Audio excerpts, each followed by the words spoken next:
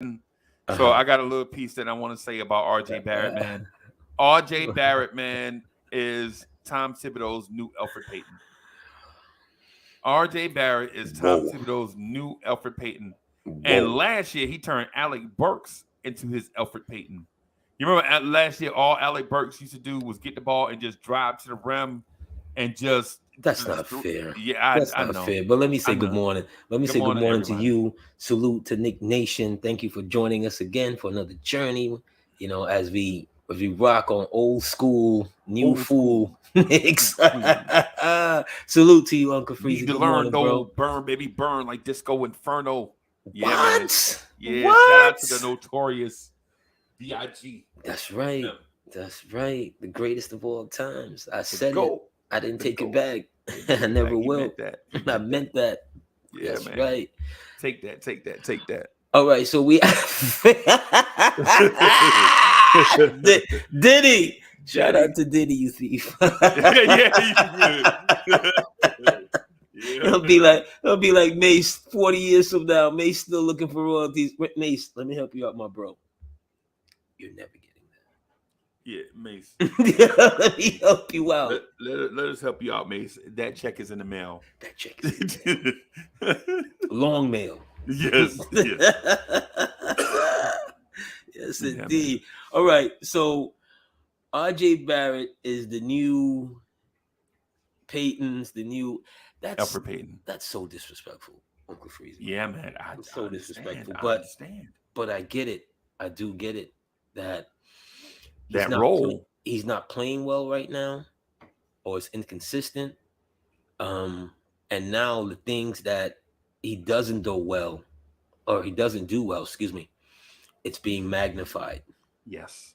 The things that Knicks fans used to kind of put it to the side. Oh, all right, he's not the fastest. All right, he doesn't jump the highest. He's not swift. Now all of a sudden, Knicks fans are like, ooh, is this the number 3? Was he worthy of a number 3 pick? That's another question. Was he worthy of a number 3 pick? I think so. I think he was. But I think he was. But Knicks fans are frustrated because a lot of the things that he thought during the summer is coming to fruition. Yep. And it's not totally his fault, but this team, it is what it is. And as we cross over to nightly ESPN, and we're watching certain guys that we were linked to over the summer that are looking like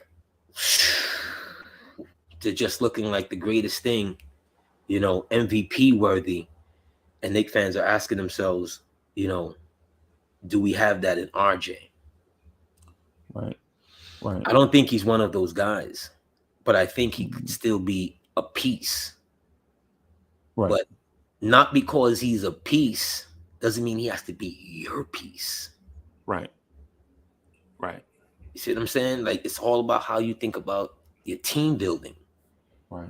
They were ready to move on from him. Right.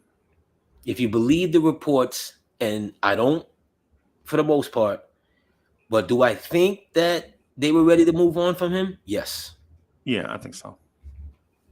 I think it was especially if they could get something of value for him. Yeah, because when they asked him during media day, about the rumors and whatever, he did it as professional, a job as he could, with his answers and so forth. But you could see it.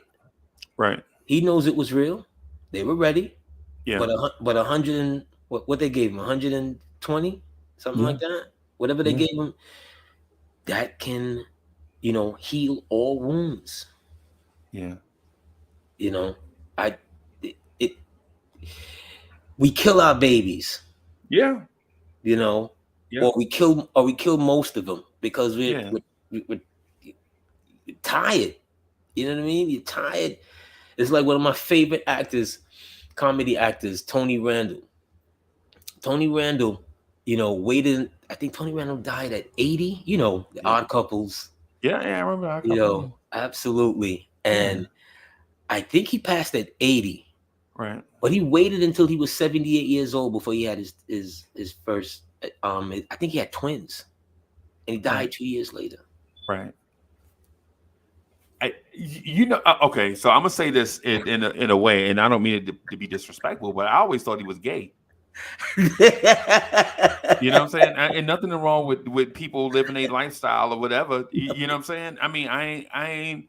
I'm not saying that in a disrespectful The way. man was just comic genius. So he was Tony Randall. I remember Tony Comic Randall genius. and Jack Klugman, And the Jack Odd Couple. Klugman, that's right. I was watching a little marathon of them the other day. I'm like, you don't get TV like that anymore. No, you don't get TV like that. No. And the weird thing about the Odd Couple is, for one, Oscar Madison in that beat up Mets cap is comic, is pure comedy, right? The Mets cap, the dude always turning in his work is all crumpled up. You could tell His this room dude is disgusting. Yes. His Yes. room was horrible. Yes. So yeah. Felix once cleaned up the room, and the dude he got depressed. Yes. He literally got depressed. I remember that episode. But shout out to those Giants. They're no longer here with us anymore. But, right. And I remember the episode, just real quick. The episode where Oscar was writing poetry for Felix because Felix had a mental block. Remember, he had the writer's block, and Felix had been writing poetry and nobody ever read it. And then Oscar wrote like one, and everybody was reading it. Yeah. I think or there's like another episode like that where Felix thinks he can be a writer. Yeah. And he takes a writing course. Yeah. And he's writing Ode to a Tree. Yeah. Ode to whatever. So Oscar, Oscar, that's his man. So Oscar rose up on the teacher and was like, yo, look, you done charge my man like $200 for this course. It's trash. He's trash. I want you to tell him that you can't sell one of his works or whatever. Yeah. Because and as he's walking out, and Oscar writes on the blackboard, bail rhymes with jail, so you better not fail. Yeah. Classic. Shout out to those classic TV episodes, classic. The Odd Couples and so forth. But yes, RJ, as we divert back to our prodigal son, RJ Barrett, and I think it's Tibbs, bro. I think it's Tibbs. It's the team. It's just bad team construction. Yes. This front office is solely 100% responsible for this mess that we're seeing. Nothing to do with Tibbs, nothing to do with RJ. It's it's this front office that failed the fans, the coaches, and the players, bro. And so the thing with RJ, man, listen, you can if you're RJ Barrett, or if you're the front office, you could go to RJ and be like, listen, RJ, man, look, we shopping, we got to bring you some talent in here. We got to bring some talent in here, bro. So some of your homeboys may not make it.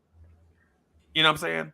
But to operate and not communicate with nobody, this front office, they idiots, bro. You got to get I to be honest with you, I think Steve Mills did a better job than them. Wow. Yep. As I look at Bobby Portis with Milwaukee the other night, like look at Bobby Portis since he left the Knicks, even when he was with the Knicks. The thing that was killing Portis, and just to talk about him in particular, he had 5 power forwards. They signed 5 power forwards on one day. Yes. In one day. Yes. Or better yet, 4, because they got Morris,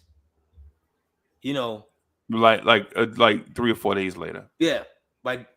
By dirty dealing the Spurs who cares? Yeah. That's just business, right? Look at Portis. Has Portis not been a key piece to Milwaukee's run? Yo, you could have been starting to this day. You could have still been starting Portis and Randall together, right? You coulda- I didn't think Portis was a center back then. As he got older, he kind of softened some to playing center. You know Well, what I'm saying? it, both of them on the floor together are kind of jockeying for the same floor positioning Ball at space, that yeah. time, for the Yeah. floor space at that time. Portis could, Portis is a better,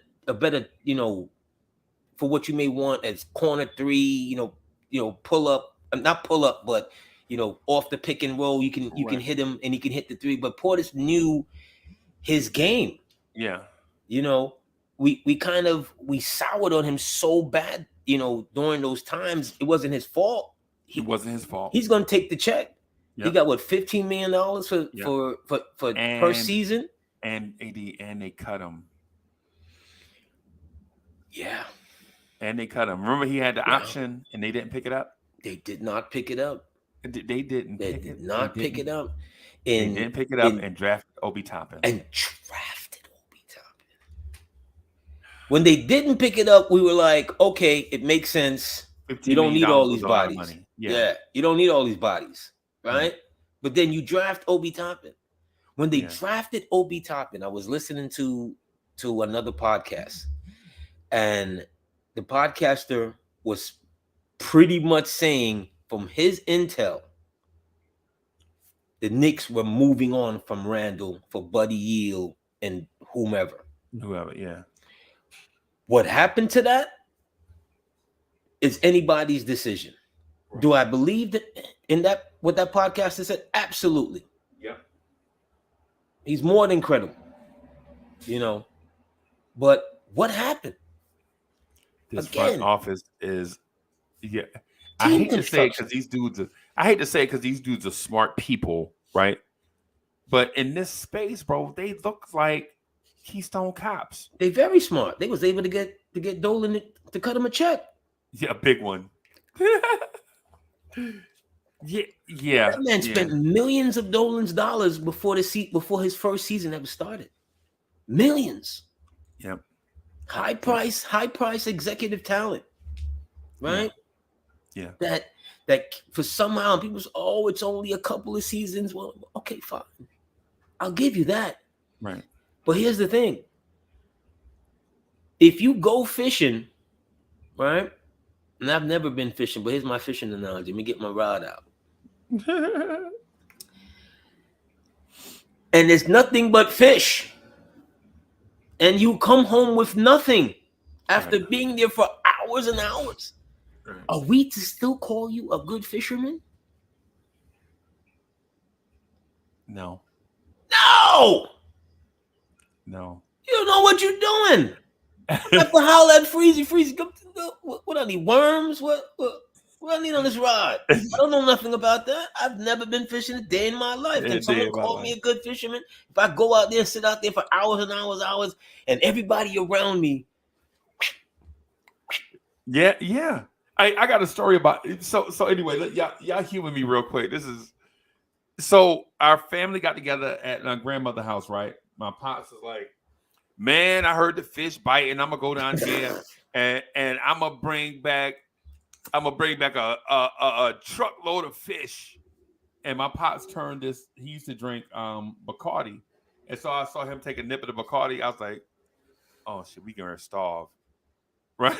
So my pops take a nip of the Bacardi, right? It's, and he walks down the road with the bucket, and we was in the country, right? So one summer we had came down for whatever.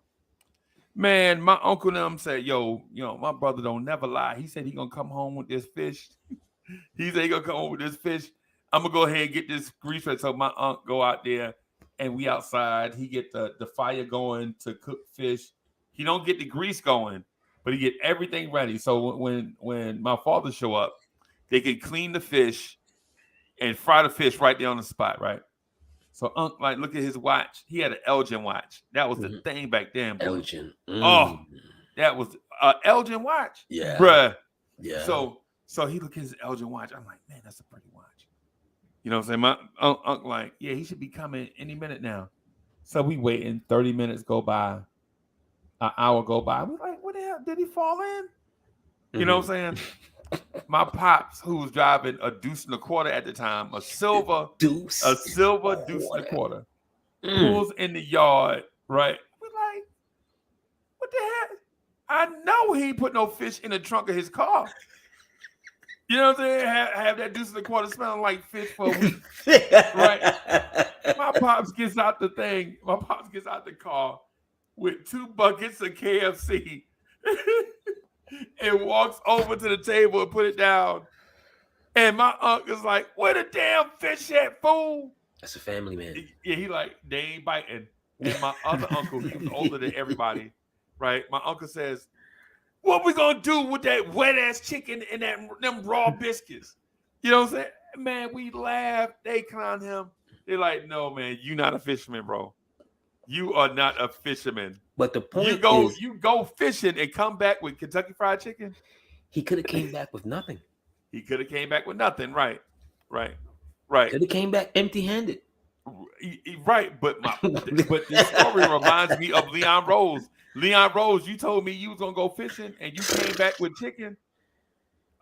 Yeah, Leon. You told me you was gonna get Spider. You came back with Isaiah Hartenstein. Oh my Lord have mercy. I remember, and not to knock, Hartenstein, because I don't want to call him good. He's serviceable. He all right. He's all right. All right. He could be in a rotation. Right. Okay. Because you could do some things with him. Right.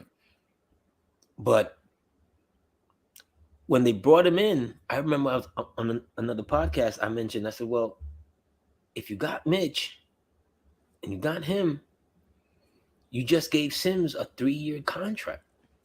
Right. How is he going to play? But I totally forgot that Mitch is not reliable. So we're seeing some good minutes from Sims. Some very good. We're seeing some very good minutes from Sims because I'm like, this kid is talented. He may not be 7 feet tall, but who cares? With his ups, right? He's some good, really good big man training from being something. Right. From really being something. I've watched him in summer league. I'm like, he can post up. He has some moves. Yeah. He has something. He's not just he's fluid. He can dribble and he can dribble a little fluid. bit. Yeah. Yeah, he's fluid. Plus look at him. He's a shade under Dwight Howard when Dwight came into the league. As far as just pure physical stature. Right. Right. He's an absolute, pogo stick. Yep. He caught it the other night and on an I think it was Quickly gave him the alley-oop. I can't remember who was the center or who was the the big guy underneath there, but when he jumped, Hardesty put it on his head. Yeah. Or no, Sims. Yeah, Sims put it on his head. Right.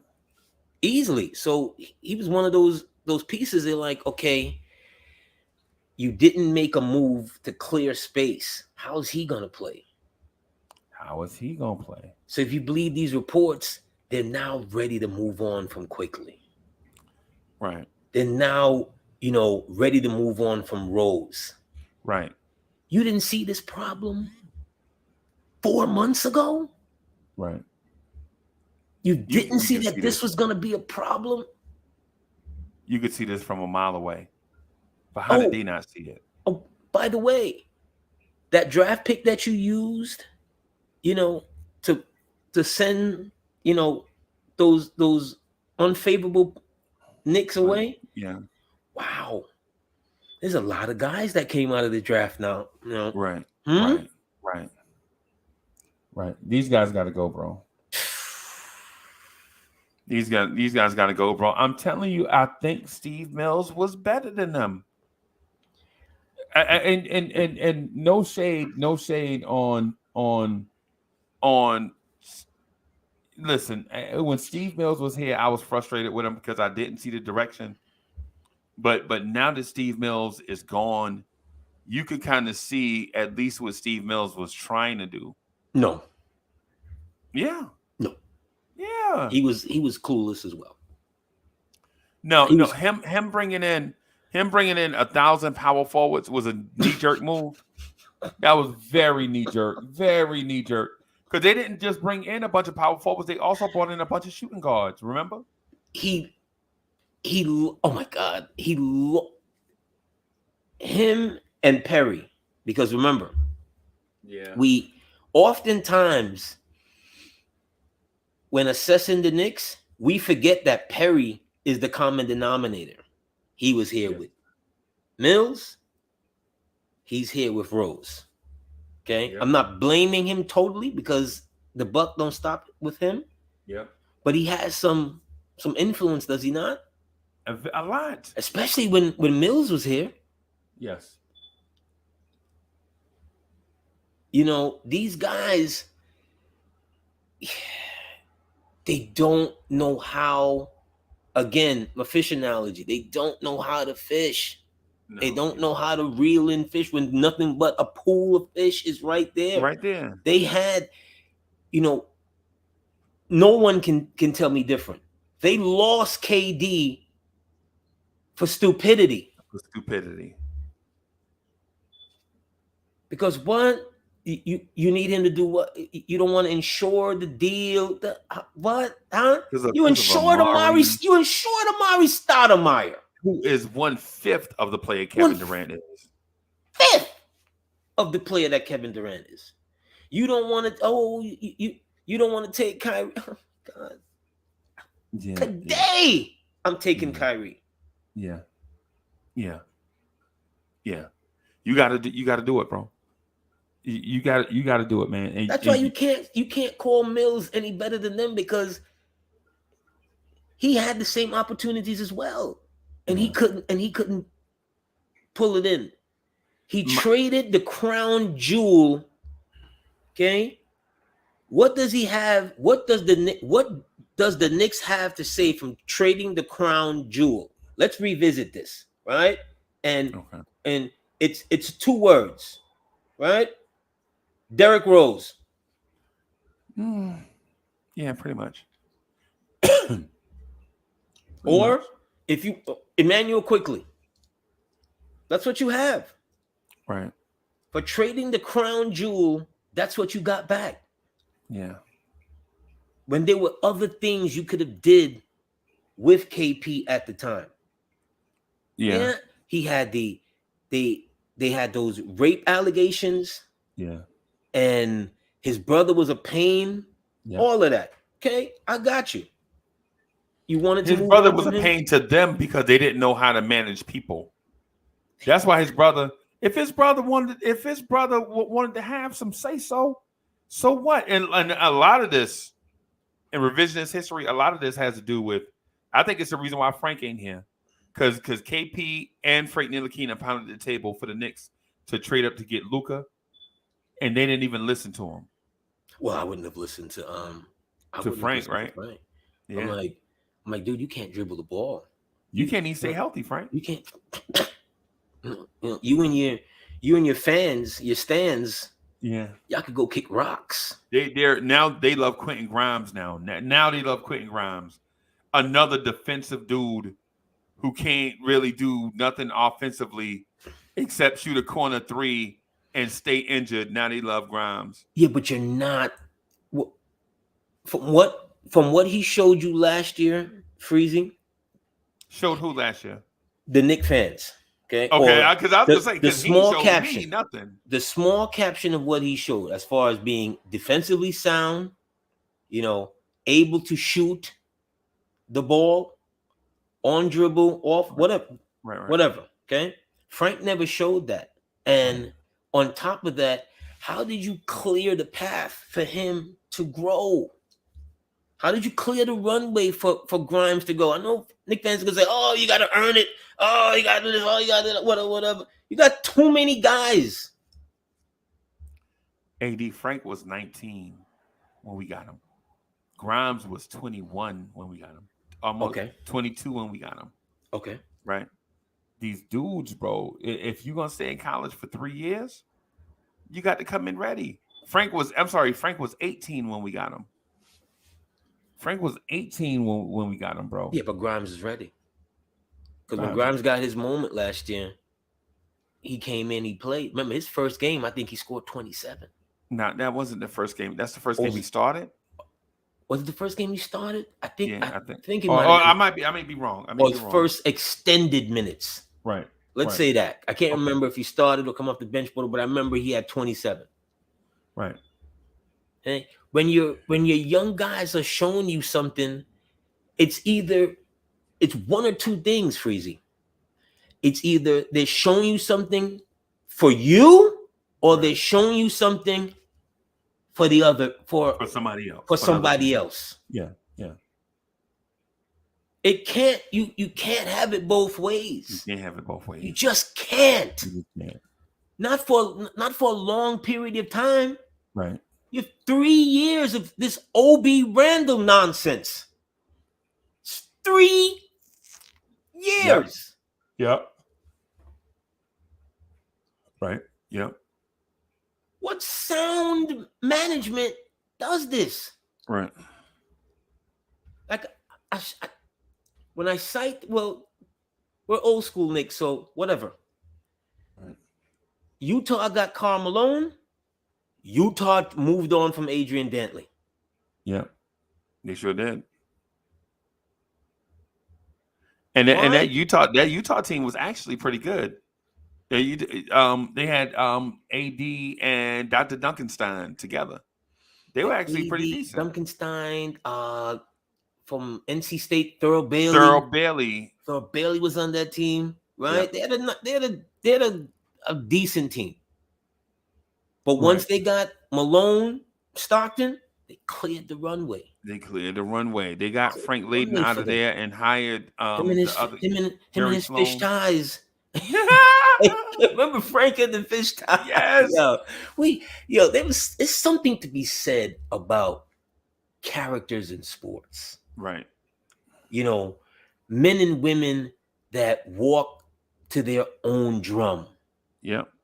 Frank Layden would be there on the sideline, belly out, yep, shirt out of his pants with this god-awful fish tie. Yep. We've been on this fish thing here this whole episode. Yeah. Fish tie. There's so many guys and girls that just walk to their own drum. That sports, we don't have that today. And you know where Frank Layden's from, right? No. Frank Layden is from Brooklyn, New York. Yes. Franklin, he went to a school called Niagara. Yes. So he did give us the gift that kept on giving. Gave us his son. Yeah. Oh, that was so awesome. Scott Layden, thank you for Glenn Rice and Mutombo. I appreciate you. Thank you for what's the center from the Bulls? Who never played the game? Luke Longley. Never played a minute. Oh, that man came in here and he literally destroyed a team that had a season and a half was in the Eastern Conference Finals. Yes. Because when they hired him, when Checkets brought him on board like how Mills brought on Perry. That you're gonna be my underboss. Yeah. Okay. Yeah. Dolan, takes over from his father. Blah. Yeah. Dolan whacks Checkets. Yeah. Promotes Scott Layden. Yeah. Layden in the big chair.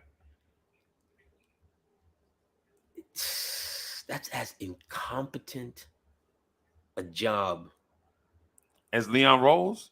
Can't be. It may be worse because Leon Rose didn't inherit a playoff team. Right. He didn't inherit a team that had cap space, and talent. Right. You know, the owner is upset because, you know, he's having band rehearsals or whatever, and he wants the entire team to be there, and Camby and Spreewell decide that, Nah, maybe not. maybe not. Yeah. So the owner said, "Look, trade them both. Then I'm gonna get him out of here. Get them out of here." I think he was mad at Checkers for the summer of '96 though, when everybody in the NBA was improving, and we got Chris Childs and Allen Houston and Larry Johnson. We improved, and we got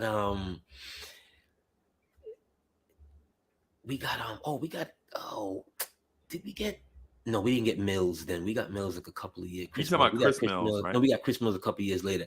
Yeah. No, we got oh man, you know what I'm talking about. The power forward was off our bench most of those years. Kurt Thomas. Yes. Okay, Kurt Thomas. We got Thomas. It seems like we drafted Kurt Thomas because we loved Kurt Thomas, bro. Because we got him twice. Yeah, we loved Kurt Thomas, man. And we moved him. We moved Kurt. Kurt Thomas was, by the end of his Knicks run, Kurt Thomas was deadly from that 15-foot range. Yeah. And he used to run that pick and roll with Marbury. Right. And what happened, you know, from the stories, if I remember correctly, I think him and Kurt had a fight, or Kurt must have threatened to beat him up. Probably. It was Kurt Thomas. Probably. Yeah. But Kurt was a no-nonsense dude. Yeah. And Kurt had been here with the Knicks when the Knicks were good. Yep. Yep. And they moved him out. There's a name we've never touched on since we've been here. You know, Kurt Thomas. Those types of players that, you know, Kurt Thomas is not shooting threes. No. Kurt Thomas is not blazing by anybody down the court. Nope. Put Kurt Thomas in the half court. Defensively and offensively. Kurt Thomas could play the 4 and the 5. And the 5, right.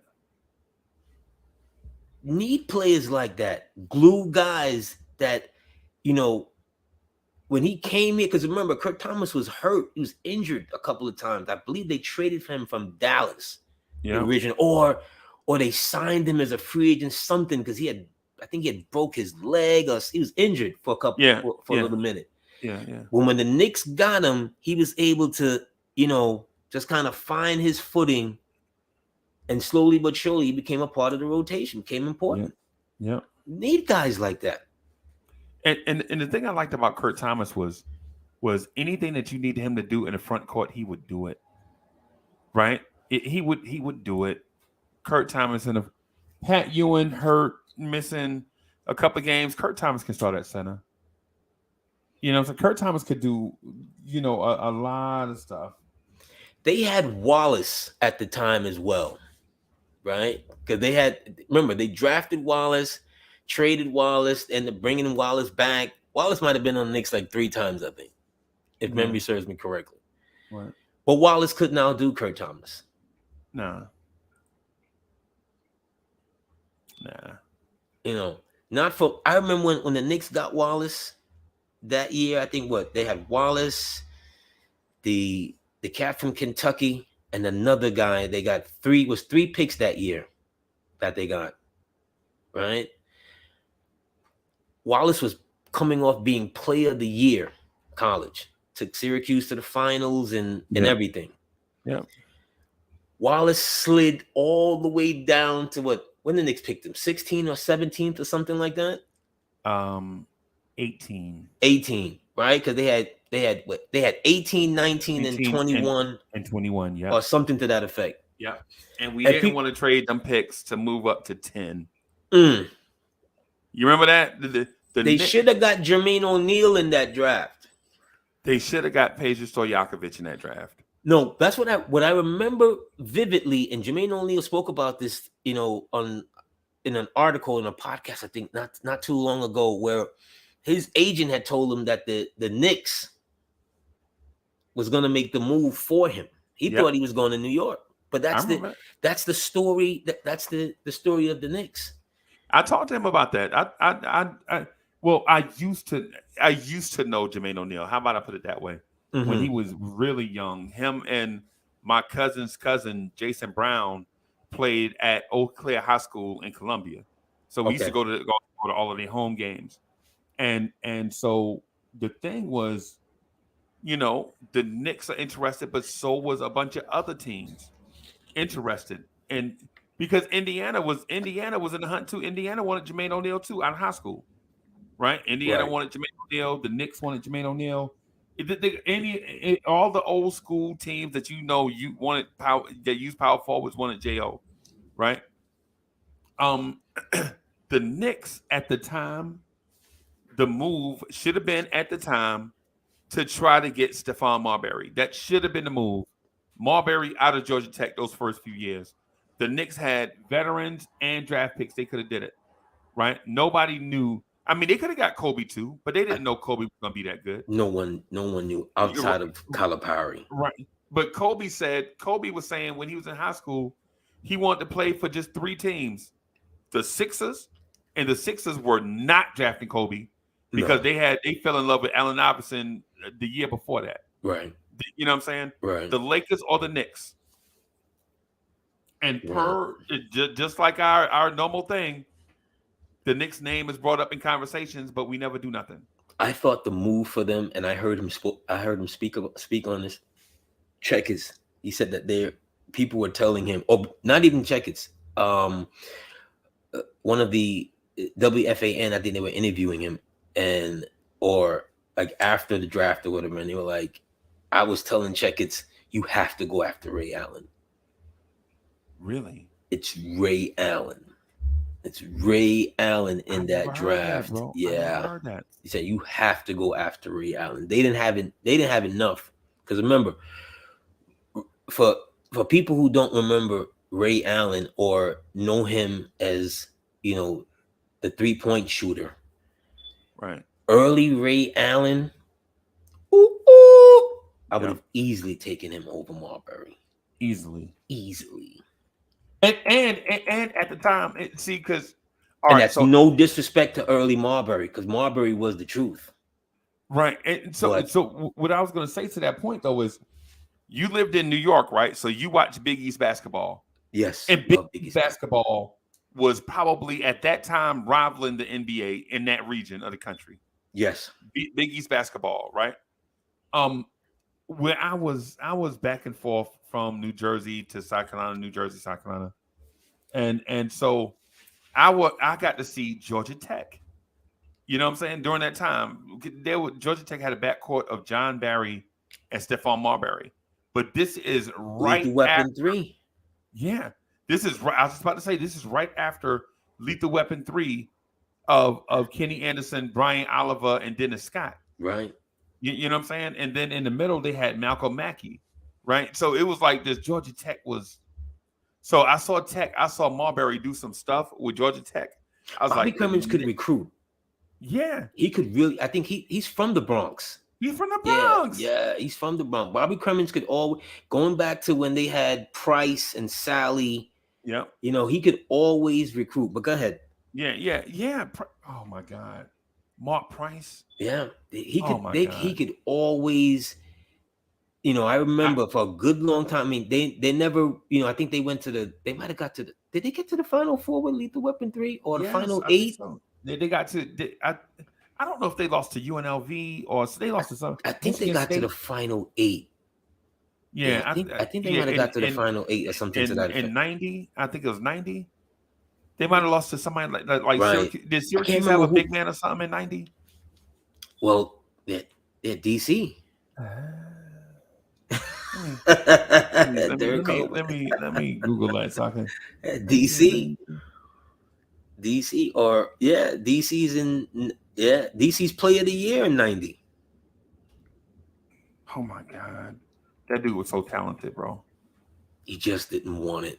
He just didn't want it. That dude was so out of shape. He just didn't want it, and the wrong team drafted him. Yes. Which was no disrespect to New Jersey, but the Nets were so bad. People can't remember how bad the Nets were. Yeah. The Nets were owned by seven owners.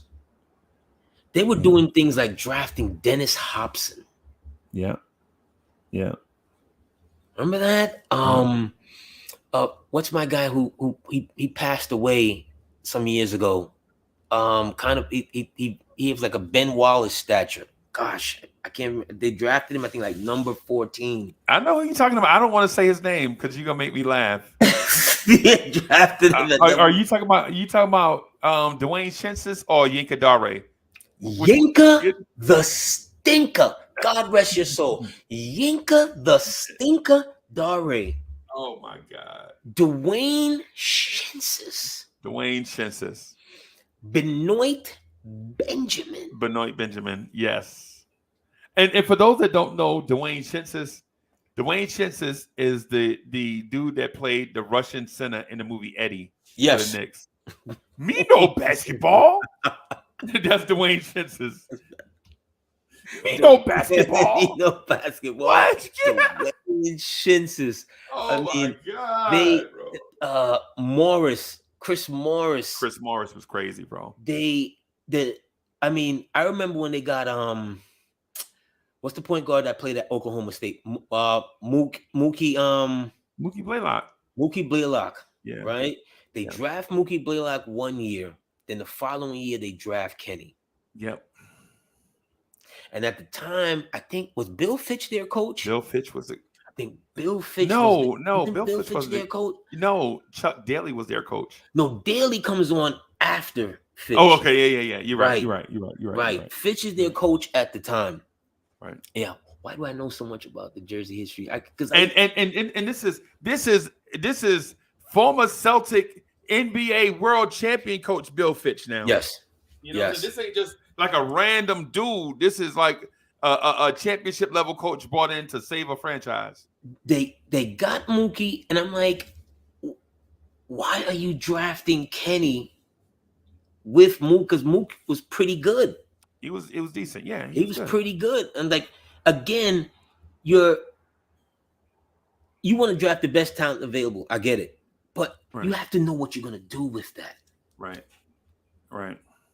Because it's going to implode.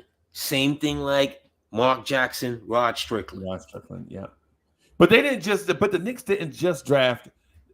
In context, the Knicks didn't just draft Mark Jackson and then Rod Strickland. The Knicks were drafting point guards in the first and second round every year. Like they drafted Mark Jackson. I think the year before that, they drafted a point guard in the second round.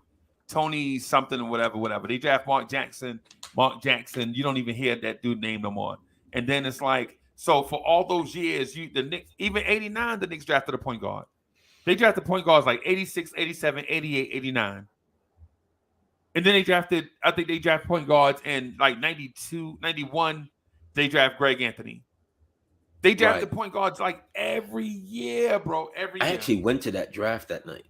We were trying to get, it wasn't Greg that they wanted. They wanted Cleveland eventually got him. Oh my God. The story of the Knicks. One pick ahead of the Knicks. The Knicks drafted him at 11. Cleveland, I think, is it Barron? Is the young man's name? He was like a good point guard for a good minute. His name, Terrell Brandon. Right. Yeah. Again, that's the Knicks history. Right. They're hoping that Brandon is going to fall to them. They're happy taking Greg. Because I was at the draft that night. Yeah, Greg Anthony was a decent player in college. He was tough. Decent. But his game, his offensive game does not transition. Because in the NBA, everybody's athletic. And Terrell Brandon, if you look at Terrell Brandon's numbers, look at his numbers. It's like maybe like right into his second season to like maybe 5 or 6. He has like a good 5, 6, 7 year stretch of good numbers. Very good play. Because remember, at that time, the Knicks were trying to put out Mark Jackson. Right. Because when they drafted Greg, Pat Riley's the coach. Pat Riley's trying to push Greg in that role. Right? Greg doesn't, he's playing like half the minutes of Mark. Mark is not, whatever. But when he get to the playoffs, Mark again shines. Right. I think Mark has is it game 6 of the 92, 91, 92 plus? I think Mark has 20 assists in game 6, I believe. The game where Ewing sprains his ankle and comes out. But to the point, again, the Knicks unable to get the player that they wanted in the draft. Right. It's a running car crash. Yes. Pretty much. As good as that executive staff was, they were unable to get the player that they wanted. Right. I just think it's the story of our franchise. For one, in '96, I knew the offseason was going to hell in a handbasket when the Knicks were secretly trying to get Shaquille O'Neal. Right? You remember that? Secretly trying to get Shaquille. It's the worst secret. Yeah. And so they also are openly trying to get Michael Jordan. Right, trying to sign Michael Jordan. Jordan having this contract thing with the Bulls for all these years. He took like a minimum salary with the Bulls so the Bulls can build. And while Jordan was making his money off Nike, and then Chicago was like, "Well, take another pay cut and we'll holler." And Mike was like, "Nope, I ain't taking no more pay cuts, bro. No more pay cuts." How you have Mike for 12 seasons, bro, and you don't want to pay him top dollar? Mike is the GOAT. So the Knicks offered him, I think the Knicks offered him $30 million a year in 1996. Bro, that's like $75 million a year now. You know what I'm saying? In terms of salaries and the way salaries increase. And the Knicks couldn't get him. And Shaq was like, "I'm only coming if Mike coming." You know what I'm saying? So, what it was, Don Nelson never liked, I don't want to say like it's a personal thing. He never liked Ewing at that stage of his game. Yeah, he didn't like Ewing play style. Right. And historically, Don Nelson never knew what to do with a big man. He never had a big man. No. He never really had a big man he had Alton Lister and and Terry Cummings. I think he had the Kimbe. He had the Kimbe. We're in Denver. And no, not the. I'm sorry. He has Weber and Golden for State. a hot second. Yeah. Him and Weber couldn't get along. Yeah. They gave him that stupid opt out in his contract. After his first year, right? Yeah. We spoke about that. But when he got here, the Knicks had just gave Anthony Mason that new deal. Yeah. And wait for it, Knicks, current Knicks fans. They were trying to make Anthony Mason the point forward. Yep. And they were moving Ewing out of the post and stuff. Yeah. And hold on again. When they fire Nelson is like 9 games over 500 or 11 games over 500. No, the Knicks were in first place. Right. The Knicks were like 38-20 or something like that. No, he was like, I think he was about 9 or 10 games over. Because they fired him. They fired him that Monday because I remember this like yesterday. They were on NBC primetime Sunday. They interviewed Patrick Ewing at halftime, and Patrick Ewing said, "I miss Pat Riley." Yep. Monday morning, Nelson was fired. Yep. Because what we didn't know was that behind the scenes, Nelson was pushing for Shaquille. Yep. Which is odd because, like I said, he never knew what to do with a big. Right. He would have had problems with Shaq. But you know what though? All this thing centered around was saving Pat Ewing, miles on his legs, and what I would say to Pat to this day, if I ever see Pat, I would ask him, would you regret pushing Don Nelson out the door? No. Yeah, I think he would have, bro. No. Because if you're gonna take Pat off the seat, right? It got to be for a better player than Anthony Mason. You see, and him and Mason kind of had their thing because Yeah. you could see it on the court. Right. Because the Knicks had just gave Anthony Mason that fresh contract of, I think it was like 6 years or 4 years, $24 million, something to that effect. It seemed like big money back then. It seemed like big. It was big money for him because Mason was really a six man for most of his Knicks career. He should have been. Well, I'm going to say he should have started over Oakley. I want to say that, right? No, he should have started. He should have started over Charles Smith. No, he should have started. Man, well, can you tell me what Charles Oakley gave the Knicks? That was so much better than Anthony Mason. Charles Oakley gave the Knicks, especially for that time period, their on-court grit and toughness that you needed at that time. Bro. I'm struggling. I'm struggling. I know, Charles Oakley and the is effort, tougher than Anthony Mason, and the effort, the all-out effort that Oak played with. It's nothing for Oak to dive in the stands to try and save the ball. I'm struggling thinking that he grittier or tougher than Anthony Mason, bro. No, I remember again Ewing. It was the Nets series. I can't remember the first, right, that Nets series where Kenny gets hurt and it's they're having that whole back and forth where Kenny get hurt, then DC tried to hurt one of our, I can't remember who he tried to hurt, was it Starks or whatever. Ewing gets kicked out of the game. Oakley has like an amazing playoff game. I think he had was it 20 and 24 or some crazy numbers. Oakley was dependable. It's the moments where he would almost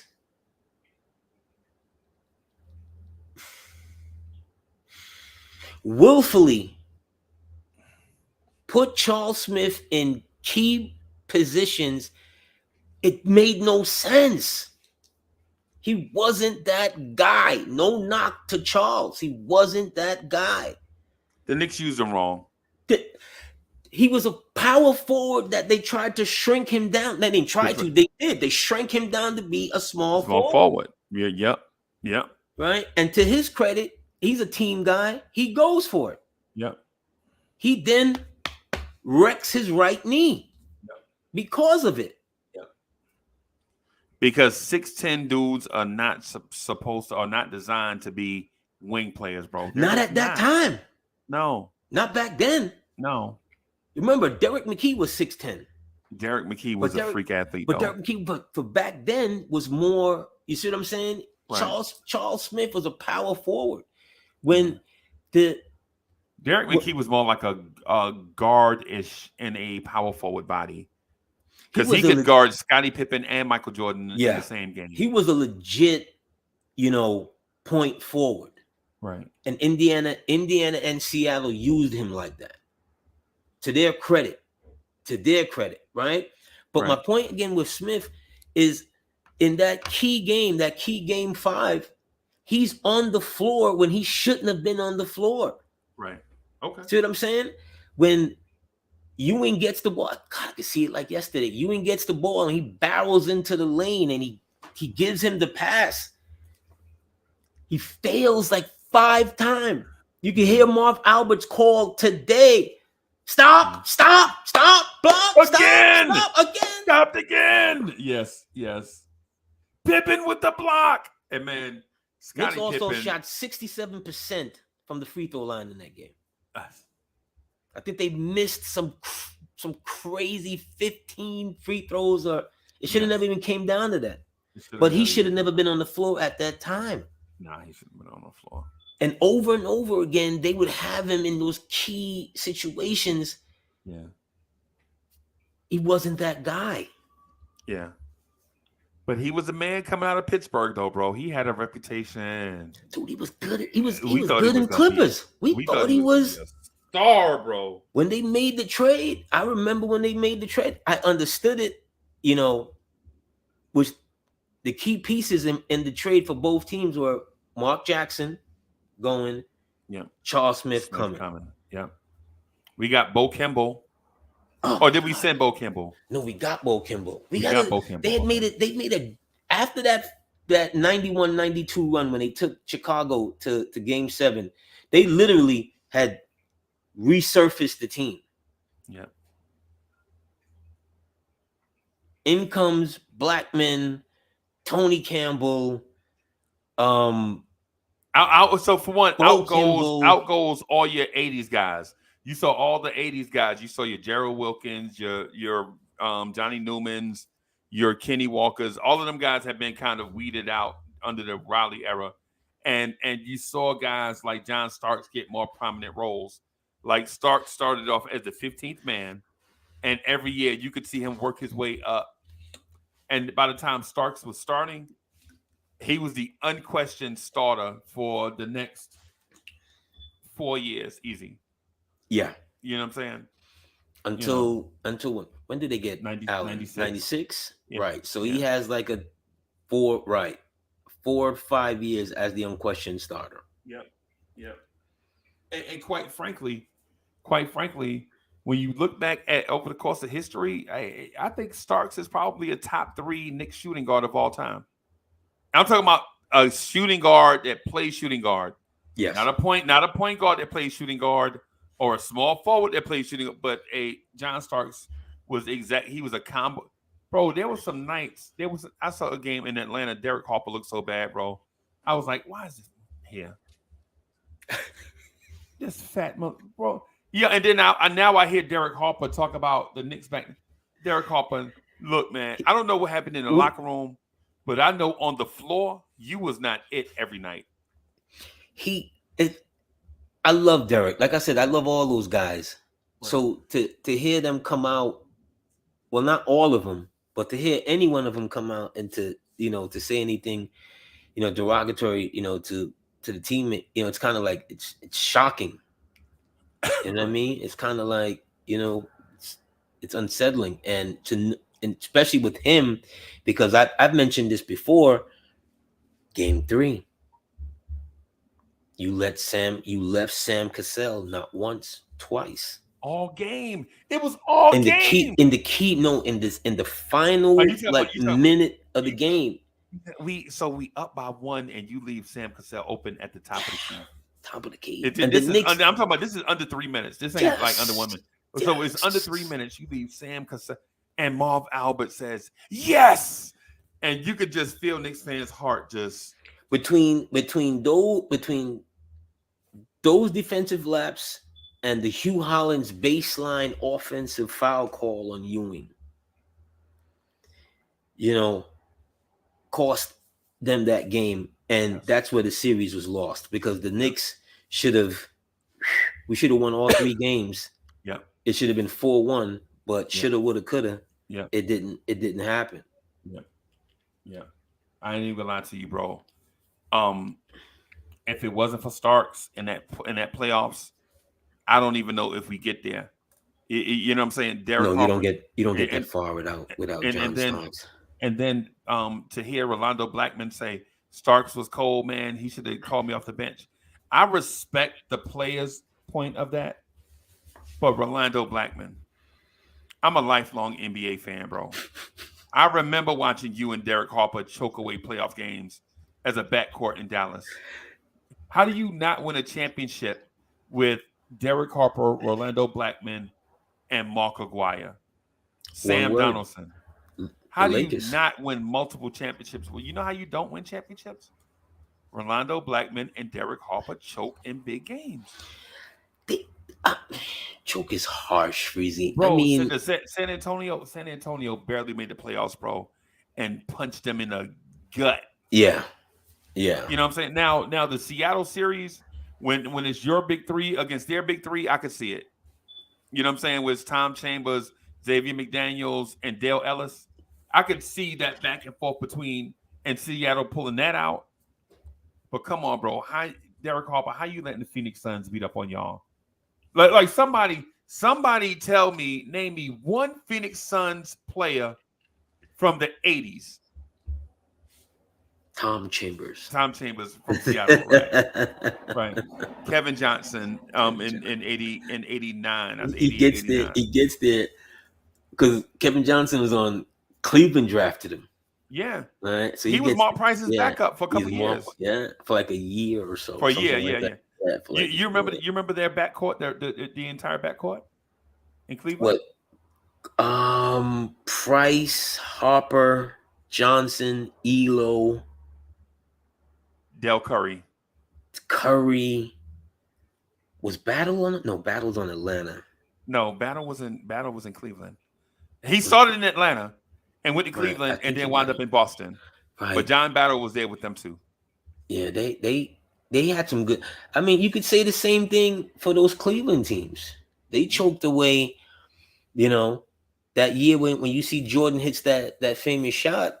Cleveland had a better team. Yes, Cleveland had a much better team.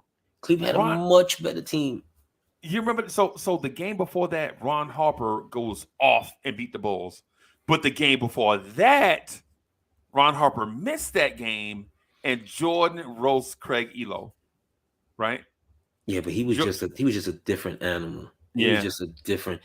It's something to be said when you have something inside of you, and it's like, yo, we're not going to lose. Yeah, give me the ball. The entire Cleveland team on the last shot was somehow guarding Michael Jordan. Yeah. You could see it from that camera angle. Yeah. If he fell down, they would have fell down. Yep. Yeah. When he catches and he rises in. Yeah.